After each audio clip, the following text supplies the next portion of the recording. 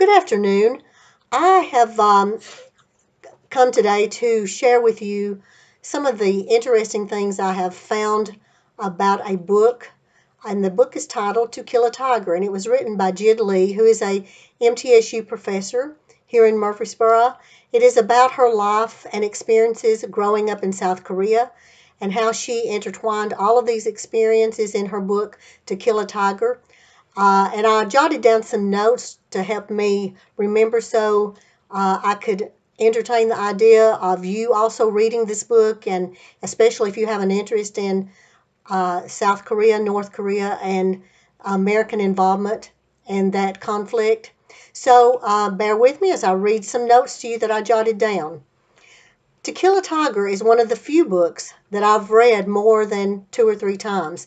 The more I read it, the more I want to read it. It's dense and complex and shows new meanings each time I read it. It's multidimensional. The first time that I read it was back in 2011, and I picked it up several times when I wanted to have a good book to read, and I find new things in it every time I read it.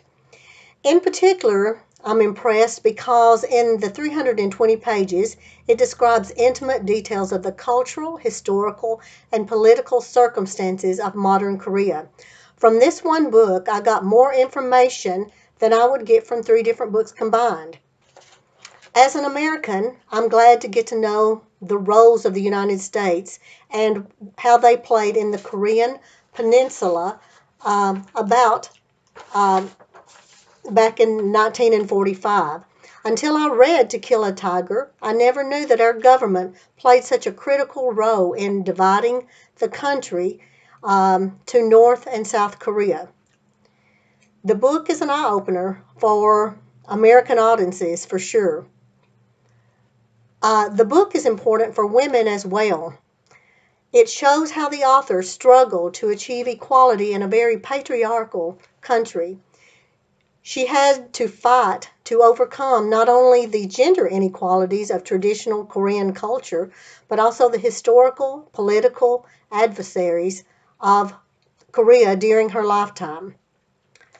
To Kill a Tiger isn't just a book about Korea, it's about the United States. It's about women.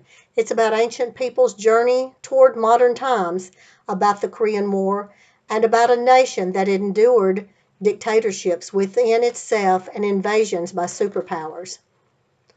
Because the author weaves together these multiple issues in one entangled narrative, the book is an exciting, fast read.